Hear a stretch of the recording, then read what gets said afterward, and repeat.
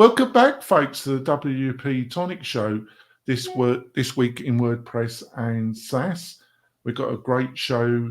We're going to be discussing all things SEO and with the brand SERPs as well. We've got a real expert with us. He's written the book on the subject, which I've got a copy of, and it's a good read. It's called The Fundamentals of Brand SERPs for Business. We've got Jason Barnard with us. It should be a really interesting discussion. So, Jason, would you like to quickly introduce yourself to the listeners and viewers? Yeah, absolutely. Lovely to be here talking about brand SERPs, personal branding, and the power of brand in marketing and SEO, which is what we're all about, what I'm all about. And one really interesting point is that I never realized to what extent it's important that people say my name correctly. And Jonathan, you just said Jason Barnard. Barnard. And it's Barnard. Sorry. Because the problem is that Google will read the transcript of this video and it will confuse me with the American actor, Jason Barnard. It already does. And I have to insist, Jason Barnard, because otherwise Google starts to get confused between me and the American actor. And I always used to say, I don't care. I don't mind if you say my name differently. It doesn't matter to me, but it matters to Google and it matters to my audience. I'm sure Kirk and the tribe, if they give you feedback, you've been lucky that I just butchered it to the extent that I did. I am notorious for destroying, Jason, destroying the surnames of my guests, aren't I, Kurt? Yes, indeed. He's only gotten my name right in the last couple of months. Yeah, that's right. He's only been my co-host for almost a year and a half. There we go. And that also brings me to a point, which is I'm going to now ask you for a favor, which is, can you go into the YouTube transcript after this episode and correct the references to me as Jason Barnard? For you, Jason, I would do anything, Jason. Right, so Kurt, but it's that kind of tiny attention to detail that makes all the difference in the long run. It doesn't seem important, but it all accumulates. And that was the point I'm trying to make. It's not to get you to do extra work. It's that every detail counts because every detail builds up into the bigger picture. I totally understand, Jason. So, Kurt, would you like to introduce yourself to the listeners and viewers? Yeah, my name's Kurt Von Onen. I have an agency where we do largely learning and membership style websites with business consulting. And I work directly with the folks at WP-Tonic and the great folks at Lifter LMS, and am most noted for not paying attention to some of those details. There we go. Before we go into the meat and potatoes of this great show, I've got a couple of messages from our major sponsors. We will be back in a few moments, folks. This podcast episode is brought to you by Lifter LMS, the leading learning management system solution for WordPress. If you or your client are creating any kind of online course, training-based membership website, or any type of e-learning project, Lifter LMS is the most secure, stable, well-supported solution on the market. Go to lifterlms.com and save 20% at checkout with coupon code podcast20. That's podcast20. Enjoy the rest of your show. Coming back, folks, I'd like to point out we've got some great special deals from the sponsors, plus a curated list of the best WordPress plugins and services for the WordPress professional and bootstrap startup individual. To get all these goodies, all you have to do is go over to wp-tonic.com/deals. wp-tonic.com/deals, and you find all the goodies there. What more could you ask for? Probably a lot from that page, but that's all you're going to get, Tribe. That's all you're going to get from that page, Tribe. They love that, Jason, actually. I've had emails. They love that little spin. So let's go straight into it, Jason. So, we're in about the beginning of the second quarter 2004. Where has it gone? And what do you see some of the key factors that people need to understand when it comes to building online personal brand, because you wrote the book. So maybe you'd like to start the conversation with a couple of key things that you think people need to understand. Well, the first thing you need to understand is that your most important audience, the people who want to do business with you, are going to Google your name. Google is your online business card. If you're on a Zoom meeting with somebody, the likelihood they Google you is quite high. If you've met somebody at a conference, the likelihood they will Google you before moving forwards is very high. If somebody's looking to work for your company, the probability they will Google you to see who they will be working with is quite high. That search result, the search result for your name, is hugely important to your business and to your personal brand. And that brings me to the next point, is names are very ambiguous, except for Kurt von Achnen, which is relatively unique. On LinkedIn. You're the only one. Yes. You're a lucky guy. Most of us share our name with multiple other people. There are at least 300 Jason Barnards in the world. There are probably several thousand Jonathan Denwoods in the world. Actually, there isn't. Actually, there's only a couple of us. Actually, in that case, I'm talking to the wrong people. Can you change your name to John Smith today? I'm tempted. I should do it. Anybody that looks up my name, oh my God, you just made me hot and bothered. No, I'm a saint, actually. No, I'm a boring saint, actually. In the context of brand SERPs, the search engine results page for a brand name or a personal name, your competitors are people who share your name. And it's a weird idea that I'm competing with Jason Barnard, the circus clown in South Africa, Jason Barnard, the podcast host in the UK, Jason Barnard, the ice hockey player in the US, and Jason Barnard, the CEO of Lithium in Canada. But if I want somebody in Canada to see my search results, I want to see me dominating so they can research me on Google, I need to become the most important Jason Barnard in Canada, in South Africa, in the UK, in the US, and in Europe. I need to dominate if I want people to easily find information about me. And I need to make sure the information Google is showing them is the information I want. And we can look at that as self-determination. These machines, Google, Bing, ChatGPT, Perplexity, are representing us to their audience, to their users. I want self-determination, that they represent me first and most positively and accurately when people are looking for me. And that's a huge task. And interestingly enough, these machines are simply replicating what they see online. So basically, the solution to this problem is walk the walk online across your entire digital ecosystem, and these machines will replicate that and represent you fairly and accurately. So what do you mean by walk the walk, though? It means standing in the right places. Stand where your audience is looking. Present them with proof of your credibility, proof that you're a trustworthy solution for them, and with the materials that demonstrate you can solve their problem. So in my case, it would be, can I help you with your personal brand? I need to be standing online in the places where people are looking for that solution. And I need to demonstrate to them when they see me that I am a credible solution, and offer them the content that allows them to understand what I can do for them, and then invite them down the funnel. And if I do that, let's say on Forbes, Search Engine Land, YouTube, my own website, entrepreneur.com, I'm standing in the places where this kind of person will be researching that particular topic, how to build my personal brand.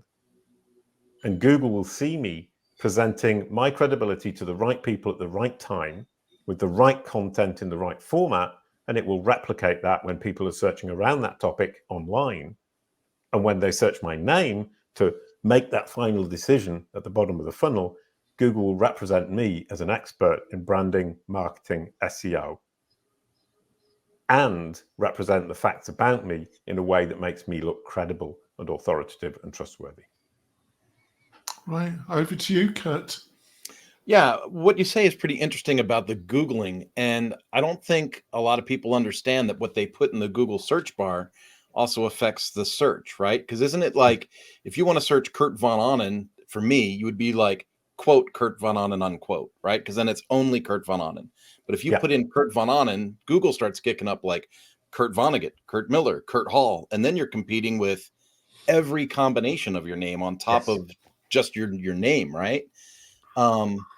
How important is it that someone ties their, and this is like a follow-up to the first question, but how important is it that someone ties their physical official name to their brand? Because like we're talking about brand and personal brand. So how important is it to make sure that those are tied and connected in a way that Google finds that? Like if someone searches Kurt Von Ahnen, they should automatically find Manana no Mas. Absolutely. So that's a really great question. The corporation, the brand, the company, and the person need to be very, very closely associated in Google's brain. There are multiple reasons for that. Obviously, number one is it drives business for you. If Google understands who the owner of the company is and who the company is, it can make that association present both at the same time. So somebody searching for you can choose to look at your personal life, your personal social media, Facebook, let's say, or engage with you through your company if they're looking for a professional relationship with you. That understanding is fundamental to your business.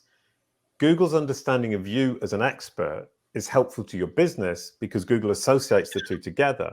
And if it sees you as an expert, it makes your business slightly more credible, trusted, authoritative as a solution, and vice versa. Gotcha. Thanks. The question that I have for you was thinking about how people look at Google, and you see the Google Knowledge Panel.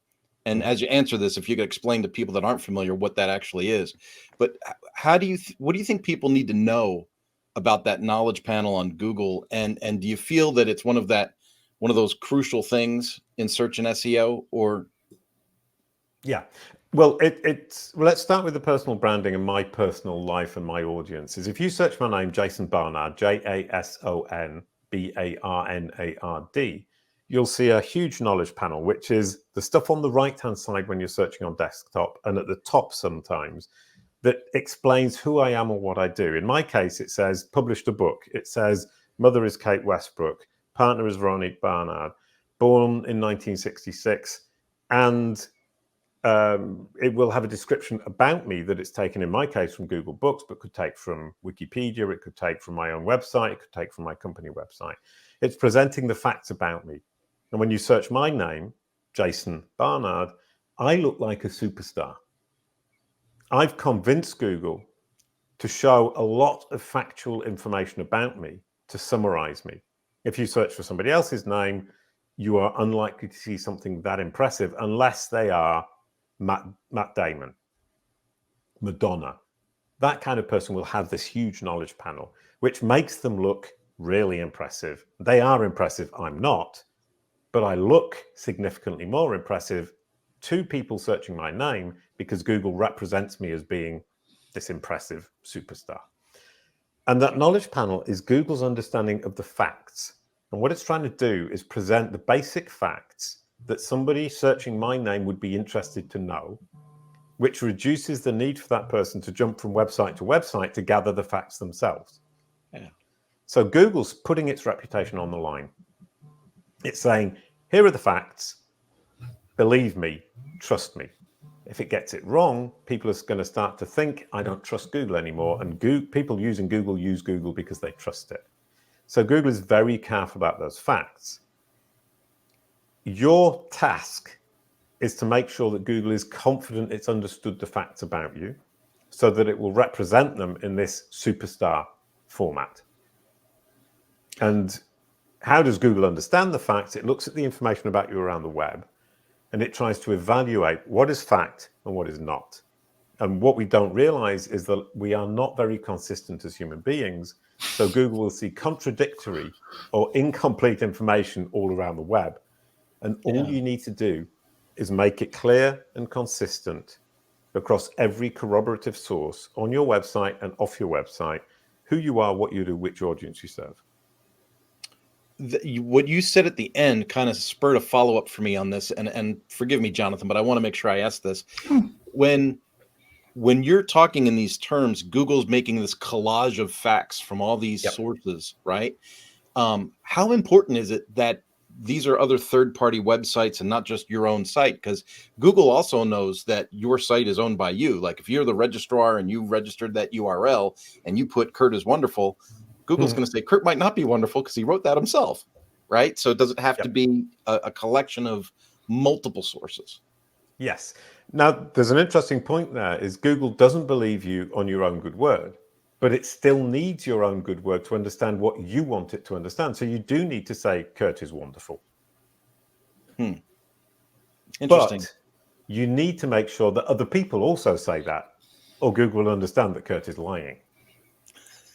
So you need first, second, and third party websites to corroborate everything you say on your own website. We call it the entity home. It's your website where you explain who I am, what I do, who I serve, why I'm credible. Then you go onto all your second party websites, which are the ones you semi-control: Twitter, Facebook, LinkedIn, Crunchbase, all things that you can change information about yourself on and make sure it's clear and consistent. Google understands that you can edit all of these sources, but it appreciates the repetition and the clarity. Then you need to go onto the third party sources that you do not control. People who have interviewed you, this podcast. I need you to describe me the way I describe myself on my own website, because Google will look at this and say, well, Jason says that, but then Kurt and Jonathan agree with him. And Kurt and Jonathan are individuals who... I would agree with anything you say, Jason. Don't say that. Google's listening. Google's listening. If they confirm it, then I can believe what Jason's saying. It won't just believe you and me. If I can get that repeated 15, 20 times, Google will believe. And if you think about Google like a child, it's trying to understand who you are. It's desperate to understand who you are. It's trying to understand what you do and who you serve. And it wants to believe you're credible. So you need to say it yourself and then get the child to go around all the other corroborative sources and have them repeat it. And the more they repeat it, the more the child will believe it and be confident in the belief that it has, that you're an incredibly great human being and that you serve this particular audience with a great product and that you're credible. Excellent. Jonathan, over to you, sir. Yeah, I think that's watching some of your latest interviews and reading your book, but especially in your latest interviews, this child's mind is kind of like, it's a child mind, but a global mind. Yes. A strange concoction, enormously powerful, but I think you've emphasized quite a bit that it's a child's mind understanding. So you've got to really spell out things very clearly and very consistently. Would that be one of the main things that you would want people to get from this interview? Yeah, exactly. That is the main thing that I think we get from this interview is you're talking to, or you're communicating with the child through web pages and also video content, audio content, images as well that it analyzes. And it's not a stupid child, which is what people tend to think. It's a simplistic child. It needs simple, clear definitions. It needs simple, clear explanations, and it needs repetition. Like any child, it learns over time by repetition of clear, consistent facts. All right. So it kind of rolls into the next question. So what do you think are some of the key factors? Because, I've been doing this podcast for about 8 years now, 9 years. And we're on over 900 episodes. And I would say that it's one of the leading podcasts in the WordPress bootstrap space, startup bootstrap space. With him. And I do more than one podcast, and I go on other podcasts, and I do a load of videos. So does that help? I made the decision that it's one of the leading things that can help me. But I also found out that you've got to write a lot, and you've got to do a lot of content on your website, and a lot more than you think. So maybe you could comment on what I've just laid out and add on what you think are some of the leading things to become a leading authority and be an influential person. Well, there's some good news and some bad news. The good news is, yes, the 900 episodes are hugely powerful. The good news is, no, you don't need to write huge amounts of content. Google can analyze video, it can understand images, it can extrapolate information from what it sees, especially at the scale of 900 episodes. But you need to be aware that it will misunderstand transcripts. Transcripts are going to be full of mistakes, especially people's names. And in personal branding, that's the biggest problem. And we demonstrated earlier on, Jason Barnard is a problem. And I shouldn't have said that because I've just confused Google again. But do you think so? You actually think it's listening? It's analysing. YouTube does the automatic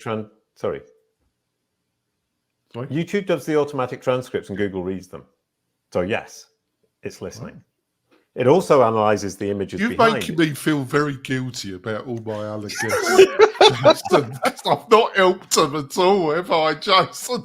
I want to make it clear to the tribe. I didn't do it by way. It was all innocent. My tribe. And what a couple of things you can do that are really, really helpful. Number one is extract information that's important from this interview and repurpose it. So rather than writing a whole article about this particular interview, extract little chunks and write question answers, or do timestamps so that Google can easily find the questions and answers. It's looking for questions and answers in this video right at this moment. We need to help it because it can identify them very accurately. But if we can help it, it reassures the child. And so if we go back to the child analogy, it's understood, but is it confident in its understanding? And if we provide it with explicit confirmation of what it has understood in terms of questions, answers, information, people's names, it will be more confident. And the confidence of the child is phenomenally important. So we're drawing a really attractive picture here, aren't we, Jason? You know, a global child that's always listening. Yeah, that's and is confused, but wants to be less confused. It wants you to help it clarify and build up its confidence, its understanding. So if you look at it like a child, like your own child, if you've got children, how do you educate them? How do you get them to move forward and become more confident in the world? You pat them on the back and burp them is what. So those are the piece of news I would give you. And the last one is with 900 episodes. I would suggest that you do something we are now doing at Kalicube. The next 6 months at Kalicube is spring cleaning. Going through all of the content we've got, making it all consistent with our current message, making it consistent across each piece of content so that the child sees that consistency within our own content. Look at the content that's generated in other platforms and make that consistent. And that is a hugely important spring clean that you need to do, not every year. We're doing it after 3 years. And it's a 6-month project for Kalicube today. Yeah, I would have thought so. Got any advice about, because my career, its focus has changed. When I started WP-Tonic, the podcast, I didn't even have the WP-Tonic brand. I just called the podcast. And I was just a freelance, and I worked for a regional marketing agency. Now I've got 2 online businesses, and WP-Tonic specializes in building educational membership websites, utilizing the power of WordPress.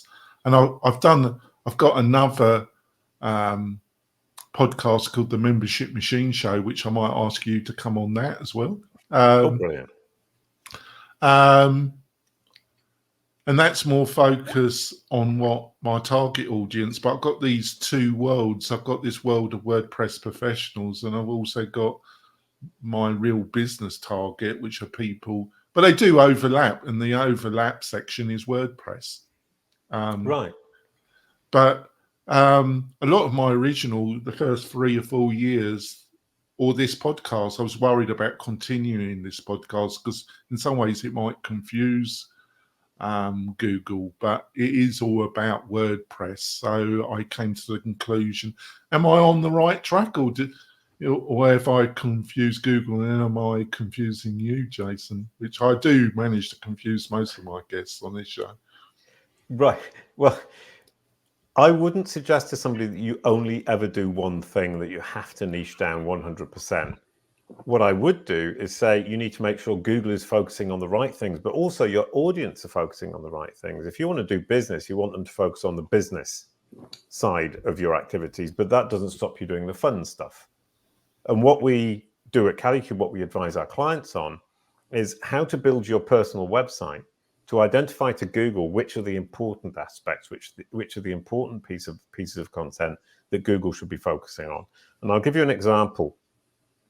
When you searched my name on Google 10 years ago, at the top, it said Jason Barnard is a cartoon blue dog, because I was the voiceover artist for a blue dog in a cartoon for children.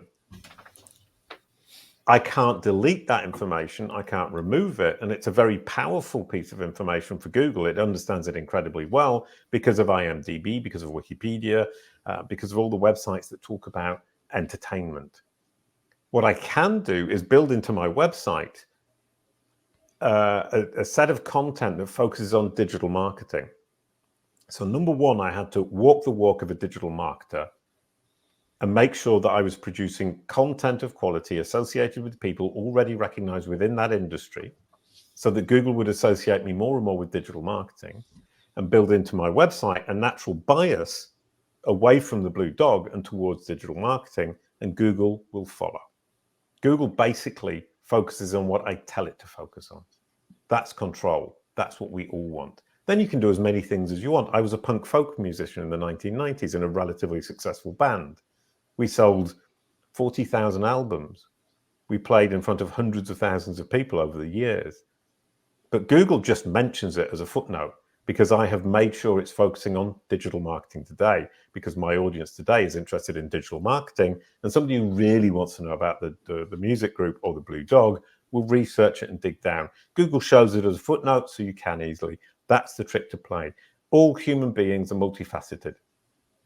Control of your personal brand is about making sure that both your audience and Google focus on the facet that's the most important to them and to you. Can you give a couple examples where you've helped people get that result that you've just outlined? Yes, I can give you a really good example. Do you know Kajabi? Yeah. Yep. Oh, Right. Only one of our slight. I take the glorious fight of WordPress to slay the dragon of Kajabi. Right. In that case, I apologize in advance. No, normally I would get very upset, but you're a very pleasant individual, Jason. So. Jonathan Cronstead was the president of Kajabi and the guy who built Kajabi up to be a multi-billion-dollar company. He left Kajabi a few years ago, and he was eternally associated with Kajabi in the minds of his audience, and Google kept representing him as the president of Kajabi, despite the fact he no longer worked there. He came to us and said, I want to be recognized as an investor and business advisor. In a year, we moved his personal brand from president of Kajabi to investor and business advisor. And what he says to us now is, what's brilliant is on Google, I look fancy, and it's his word, fancy, because Google says, Jonathan Cronstead, investor. It's got that huge knowledge panel that makes him look like a superstar, and the superstar investor, because Google is saying he's an investor. It mentions Kajabi, but doesn't focus on it. But better than that, the conversations he's having with his audience are about investment, and people don't lead with Kajabi. They lead with investment and business advice. And he said a year ago, even though he had left Kajabi for well over a year, people and Google were still focusing on Kajabi. In a year with us, we've moved the focus both for his audience and for Google to investor and business advisor. His life is transformed. Yeah, can you give some insights on how you achieved that, though? Well, we've got a proprietary software called Kalicube Pro, which audits his digital footprint. We then go through and we correct all of the information about him to be focused on investor. So we write a description of him which focuses on investor. That's linked to this child element that we've been talking about, isn't it? Exactly. It's repetition of a clear, consistent message across all the corroborative sources that Kurt mentioned earlier on. And we have a proprietary software that allows us to do that, audit the system, the digital footprint, and prioritize in terms of what Google is looking at. And here's the kicker. What Google is looking at is what people are looking at. So we can correct what the audience is looking at and what Google is looking at, because Google tells us where focus is online. Then what we did is take 50 investor business advisors, what we call entity equivalents. So other people who are the people he wants to emulate, become an investor or business advisor. Let's take 50 business advisor investors, put them into the Kalicube Pro platform, and that allows us to see for that particular niche, for that particular cohort, that particular peer group, where is Google looking? Where Google is looking is where the audience is looking. So we started to tell him, this is where you need to produce content. This is where you need to stand, so that you are standing where that particular audience is looking. Where people are looking for investors and business advisors is there, and there, and we're going to get you to stand there. And we'll build you your website, which allows us to focus Google's attention and indeed his audience's attention on those particular places and reduce the focus on Kajabi. So I also, just to finish off before we go for our mid-break, so I'm presuming, being a speaker in the particular, aimed at the particular target audience that you want to build influence, being available to speak at online events, physical events, publishing articles, doing videos, going on people's podcasts. This is all very important to confirm to Google that you are what you say you are. Right, exactly. And you've given a long list of things you can do, but the question is, which should you do and in which prioritized order? Yes. And that's what we can tell you, because we analyze your peer group and we can tell you exactly what the priority should be, which you should focus on first. Should it be a book? Should it be podcast appearances? Should it be conference appearances? I just do it all, see, Jason. I didn't have the benefit of your services and insights. So you need to buy the book, folks. And one last thing is that we can tell you which platforms are going to have the most effect. So if you're going to be guest posting, and we've told you guest post, because that's what we know this peer group is, what's going to make you most visible and most authoritative in this peer group, which platforms should you be writing for? And we'll give you a list of the top 20 prioritized, and then you just aim at them one by one. And you know which ones you should be writing for. You know which ones you should be begging or paying to let you write on them. Fascinating. Thanks, Jason. I think it's been a good conversation. I've never butted in, but I think some of my buttons have been quite amusing. You have green. Your buttons are great. Yeah, but it's a bit difficult over Zoom or StreamYard because there's a little bit of a time delay, isn't there? But it's been a great conversation. I think it's been a real balance of kind of global points with some Pacifics, and they're always the best interviews to get in this mixture, right? Yep. We're going to go for our mid-break, folks. We will be back with some other great insights. We'll be back in a few moments, folks. Tired of hosting providers that can't handle high traffic loads? Conversio is here to help. Our platform can handle any amount of traffic, all without slowing down or crashing. With immediate Slack support, performance optimization, and a team that thrives on resolving technical challenges, your e-commerce business is in safe hands. Learn more about Conversio at conversio.com. Want to point out that we got a great newsletter, the WP-Tonic newsletter, where I assemble the latest WordPress and tech stories of the week and put what I think are the best ones in a curated list, plus some other insights from my very mixed mind, my dyslexic mind, which you're used to, my beloved tribe. You can get this goodie by going over to wp-tonic.com/newsletter, wp-tonic/newsletter, and you get it free in your inbox on Monday or Tuesday morning. What more could you ask for? There we go. Over to you, Kurt.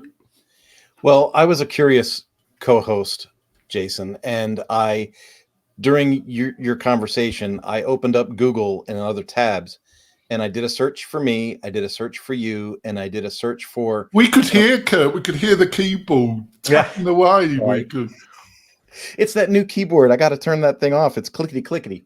But I also did a search for Mark Szymanski, who's one of our active listeners right now.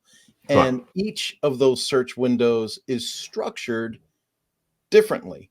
And so you talk about that knowledge panel. Your knowledge panel is right at the top. Like boom, it's everything's right there. Mine comes up like halfway scrolled down the page. Like I can go through 3 or 4 different things, and then there's some pictures of Kurt. And then Mark Szymanski has pictures at the top, but any information on Mark really seems to be like, if you want to search for Mark, look over here on the right. How do you tell Google what you want, or do you just have to be so awesome that finally they award it to you? And that's an interesting point. You don't need to be awesome. You just need to educate the child. If the child understands, it will represent you properly. What we have for you and for Mark is lack of understanding. So one interesting point is your names. I mean, I would imagine Mark's is quite unique as well. All you need to do is be clear and consistent and educate the child about who you are, and it will magically represent you the way you need. You don't need us. You've got a really simple task. Just be clear and consistent across all of the digital footprint, and make sure that your own website is very clear. So create a website if you don't have one, your personal website, not your business website, that presents you as a person. Google's actively looking for that website where you represent yourself. Then just be clear and consistent, and link from your website to the clear and consistent corroborations that you feel are important, and that makes it focus, and link back from them to your website to ensure that Google understands it's you. I think that's fantastic, Jason. But Kurt, I'm speaking for Kurt, but Kurt's got 2 lives. He's got his motorcycle,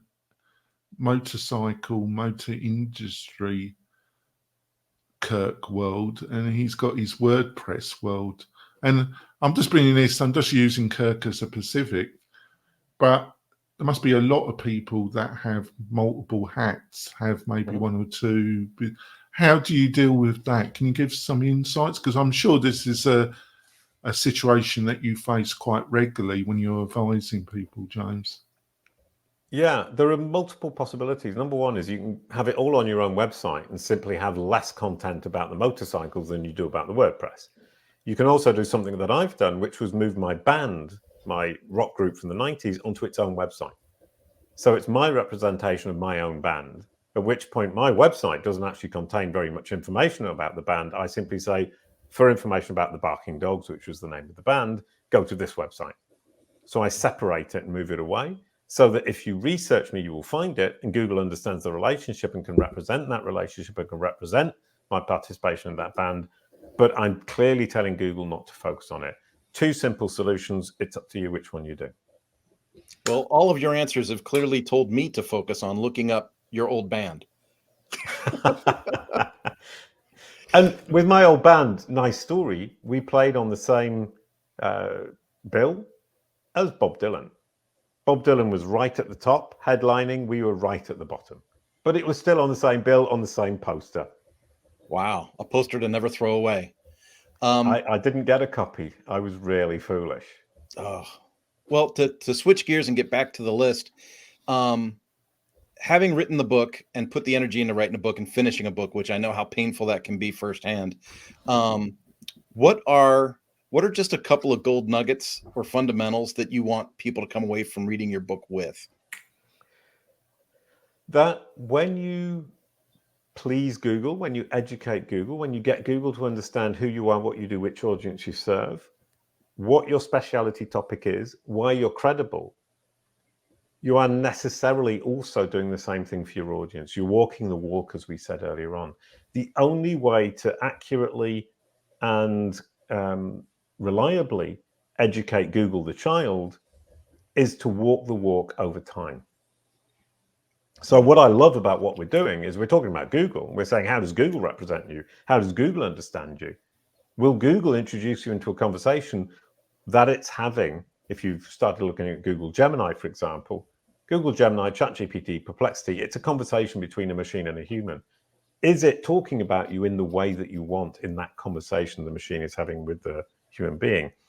The answer to those questions is it will if you walk the walk and you educate it by joining the dots using your entity home. And it really is as simple as that. And you can do it yourself, especially if you've got a unique name, or you can come to Kalicube because we know which buttons to press, how to actually build this thing, because we've got the data and we've got the machine that tells us exactly what we need to do. So the only difference between you doing it yourself by reading the book and reading the free resources on kalicube.com and doing it with us is that you'll be guessing. We know. Yeah. I'm going to pass it back to you, Jonathan. So, based on knowing, are there any particular types of signals, content signals? Because this, I do not make my living from SEO or consultancy around this, but trying to build 2 online businesses, I have had to educate myself to a much higher standard than I wanted to, because it was a necessity. But I, based on my own research and that, these signals do oscillate and do change. Yeah. So in the end of 203, and like I say, we're in the second quarter of 204, what are some content and some signals that you think that Google really looks at? Yeah, I mean, it's a great question because it all comes back to the entity home, your own website. All comes from there. People think I need to publish a lot of text, a lot of blog articles. That was true up until a couple of years ago. Now Google is what we call multimodal. It will look at videos, it can analyze videos, it sees the text on this video, it will see Mark's question, it will see WP-Tonic.com. It's listening to us and it's watching each and every image. It's listening to podcasts. Apple have now categorized podcasts by analyzing the podcasts themselves. And in the source code of Apple Podcasts, you can actually now see the categorization. All of these machines are doing the same thing and they all function exactly the same way. Analyzing video, analyzing audio, analyzing text, trying to understand the world like a child or a human being would, in order to be able to match what their audience is looking for and what you can provide as a solution. And to do that match, they need to understand what the audience is looking for, of course, but they need to understand what it is you're offering to whom. And in order to present you and not somebody else, they need to understand that you're the most credible, the most trustworthy, the most authoritative. And that's what it's all about. But how do they judge? You don't mind me butting in. How do they make that judgment? Well, it used to be links, and everybody's obsessed by links. So inbound links is how Google functioned for years. And links to a page help it to understand whether the content on that page is popular. That's all it does.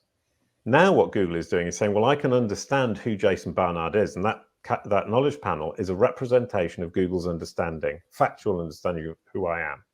Once it's understood who I am, it can start to look at what people say about me.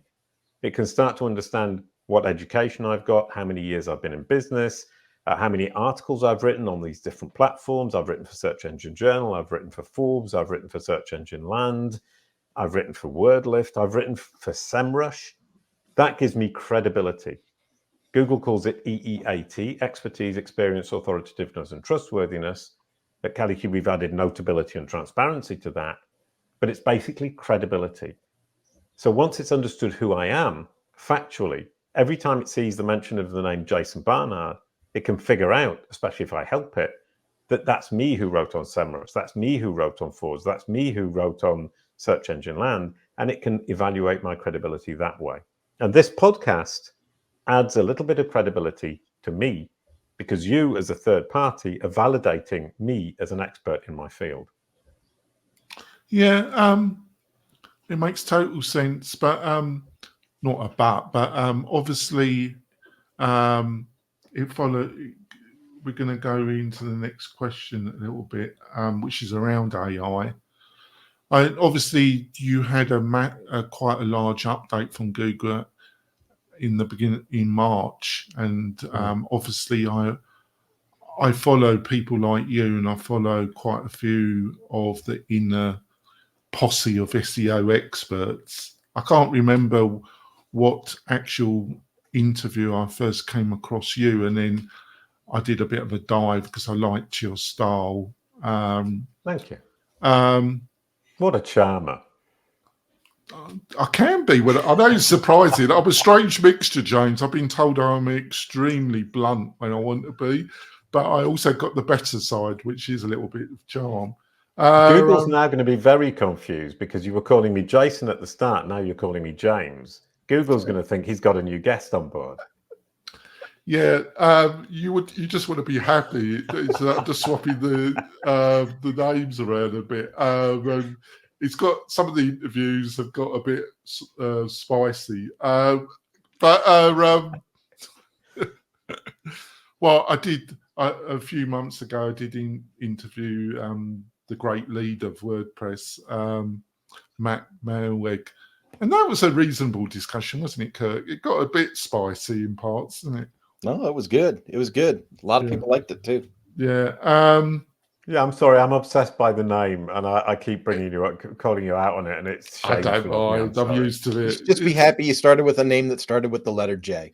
Yeah. Brilliant. Okay, I'll be glad. You need to lower your expectations because it's you've got off lightly. I'm just telling you.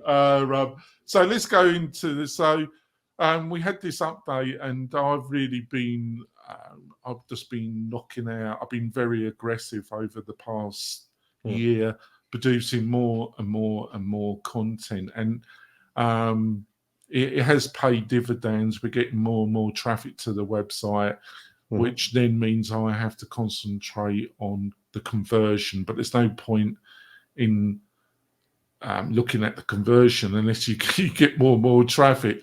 But I kind of backed off at the beginning of March because I do use AI content, but we do edit it and we add video and podcasting. And I thought I haven't done, and my domain authority oscillates between 68 and 70 through Ahrefs. For an independent website, I think that's a pretty good domain authority. But I was a bit concerned because some people got hammered, but they were people, because there's been a whole niche of SEO influencers around niche websites saying you can just knock up a niche website and you can just publish 600 pages of SEO content and Bob's your uncle, and they seem to have got really hammered, especially some of these influencers, because they are just a red flag to Google, isn't it? You know, it's like putting a red flag in front of a ball, isn't it, Jason? But I think the things we've discussed, I think it kind of protects you to some degree if you've got these branding signals that you've talked about this interview. Am I on the right track? And was you surprised by what the because I wasn't surprised that Google started really targeting these people. I'm not surprised about what happened. I'm not surprised that Google has finally managed to do what it's been saying it could do for years. I am surprised the SEO community are taken by surprise by it, because for me, it's been something that I've been looking at very closely for years and years and years. And it occurred to me the other day that traditional SEO is what you're saying. Google's focusing on the page. So SEOs have traditionally looked at keyword counting, what words are on the page, inbound links, site speed, website, domain authority, and that's all based on the web page. And if you look at Google's quality rated guidelines, they changed 3 years ago. They stopped talking about web pages so much. They talk about website owners and content creators. So what you then get is, with Google's understanding of who is the website owner, the company behind the website, the publisher of the content, and who is the content creator, the person who actually wrote the content, it can now say, well, I can still look at the SEO signals that I've always looked at, the page, the content, but I can add to that understanding of the content creator, and are they credible? Are they a good solution? Are they somebody who I want to recommend to my audience? And the website owner, the publisher, the corporation behind the website, is that a legitimate, reliable, trustworthy corporation? So SEO has gone from just the page, just the content, to the person who creates the content and the corporation that publishes the content. I'm going to be a little bit of a devil's advocate here, a little bit, because I do believe in a lot what you say. But first of all, I don't believe everything Google says, because they're notorious. And this is just my opinion. I know they're listening, but I don't care, actually, Kurt. They're notorious bullshitters. The other thing, and the reason why I say that, in the WordPress space, Jason, there's what I call the Chocolate Factory. It's a company that owns a number of plugins, and they've built an internal network of low quality websites. And if you do a search on almost any long tail or short tail phrase that's generates any level of traffic, they're there, and the articles they produce are awful. They just plug their own plugins, and it's just junk. They're not being touched by Google, what I've seen. I'm in a much more niche area, but so I can probably I've lost for the word, but I could be more effective than I should be, because I'm in a more niche area. But so I get the sense that it's all jumbled up to some extent a bit. Am I on the right track, or because you're much more of an expert than I? I'm just being honest with you, Jason. Number one, there will always be exceptions. So one example is not going to change the entire situation. But the important thing to remember is that the first huge update where Google actually got to the point where it could apply signals to the website owner and the content creator was last July. So this is new. Yeah. Google's just pivoted, and there was a huge hit in September. So they updated the knowledge graph in July, which is what we track. Its understanding of the website owner and the content creators was significantly improved. That hit the search algorithms in September. There was another update to the knowledge graph in March, and the huge update in March is when anybody who didn't have a brand went down. So what we have is a completely new situation. Google has pivoted 180 degrees. It's added two huge layers to what it's trying to analyze. And of course, it's going to be a bit of a mess. Of course. Yeah, the other thing is, what's this obsession that Google seems to have with junky forums, and about, that the quality of insight from these forums, to say it's piss poor is the understatement of this, because some of these, I'm not going to name, well, I could, but I'm not going to, but some of these forums, the people that spend a lot of time on them are some of the biggest crackheads going. I wouldn't believe anything they told me. So what's this obsession Google's got recently with putting forum content at top of search? Right. Well, partially at least, it's because it's really easy to extract questions and answers. Google's looking for questions and answers. It's looking for information gain. So in this particular video I mentioned, if you can give it timestamps that identify where the questions are and then the answers, Google will be really happy, because you've made its job of finding the questions and the answers simpler. So forums and the websites you've been talking about are naturally question answer format, which makes it really easy for Google to understand, and it's thirsty for them. But what is going to happen is, as Google accumulates that information, as it accumulates that knowledge, it's going to drop it little by little, because once it's got the knowledge, it doesn't need the knowledge anymore. So it'll just go on to the next one. So one of the problems we're all going to have as content creators is, once we've fed Google with the knowledge of what we know, of what we have, it will no longer need that particular article, because it has the knowledge. Well, it That's a depends. hugely thorny It depends on what the person is looking for, really, isn't it? But also, I think everybody, this whole sector has to be a bit careful, because if they discourage, if there's no point in spending time making podcasts, making videos, and writing content for websites, people will stop doing it, won't they? And that will can I be a cut in slight now? problem for Google, won't it? Right, but if I cut in now and say, why would anybody create content for Google? You should be creating it for your audience. SEO is branding and marketing package for Google. You should be creating this for your audience first. It serves your audience. It brings in business from your audience, and Google is simply replicating what it's seeing you do with your audience. And I'll give you a really quick example.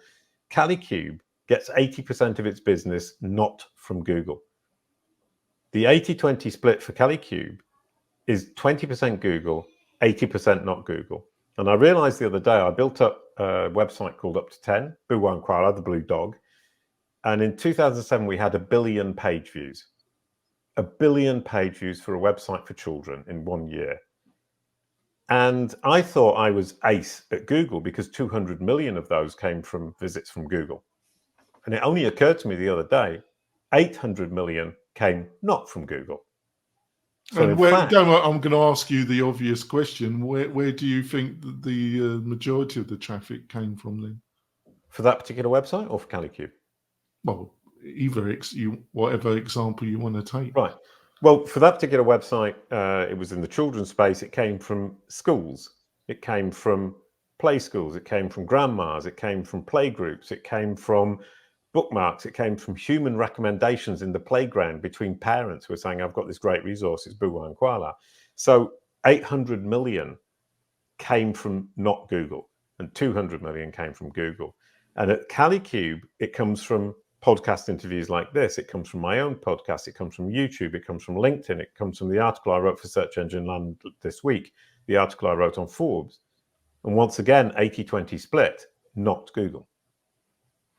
Yeah, I think my position on that, I do see where you're coming from. I would say it's like 40-60 in my Right. gut feeling, Which is pretty healthy already compared to many people. Well, I think there's very, and you also, it's a well-known term in marketing that you've got to touch potential clients there on what is classically based on Campbell's ideas, the hero's journey. I call it the seller and buyer journey.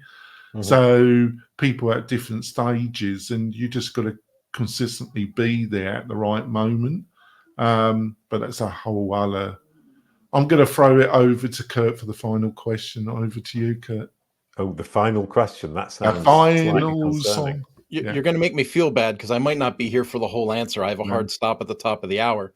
But if you had your own time machine, your own TARDIS per se, or H.G. Wells, and you could go back in time to the beginning of your career when things started, Jason, what advice would you give yourself? The advice I would give myself would be, don't be so obsessed by Google. Most of your career is going to be not Google. And if I'd realized that right at the start, I would have used Google in the way that I'm using it today, as simply packaging my marketing and my branding for a bonus of 20% and not the focal point of where I'm trying to go. It's pretty insightful. Thank you.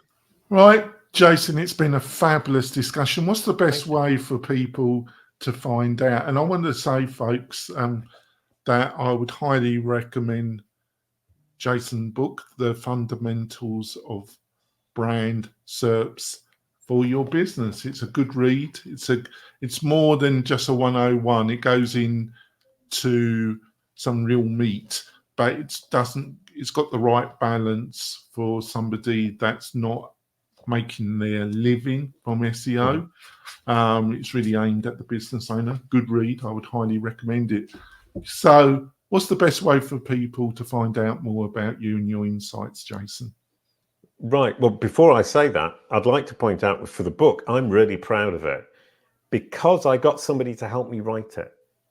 because I was too geeky. I was doing that balance towards the geekiness, which people wouldn't understand. And the person who helped me write it knew nothing about Google and knew little about marketing. By the end of it, her boss, without ever having heard anything I said, read the book in a weekend and said, I get it, makes sense. And so that combination, Emily and Zoe, made sure that this book is accessible to everybody. And if I'd done it on my own, it wouldn't have been. So thank you. It would have ended up as a geek fest, would it, Jason? Yes. And that's a company called Bright Ray Publishing, and they helped me write the book, and it's so powerful because of them and thanks to them. But if you want to reach out to me, you search my name, Jason Barnard, JASONBARNARD on Google, or you ask ChatGPT or Perplexity, who is Jason Barnard? And it will tell you everything you need to know about me, and where you can connect with me. And that's the beauty of searching my name, because you can decide how you want to interact with me on Twitter, on LinkedIn, through my company website, through my personal website, or if you want to learn more about me as a cartoon blue dog, it's up to you. And it's not up to me to decide how you engage with me. It's up to you. Thanks, Jason. It's been a fab discussion. I've really enjoyed it. You've laughed at my crappy jokes. So you're a champion. We will be back soon. And if you want to support the podcast and the tribe, just share this and the content on your own social media platforms. That would be the best way you can show your support, folks. We will be back next week with another fabulous guest. We'll see you soon, folks. Bye.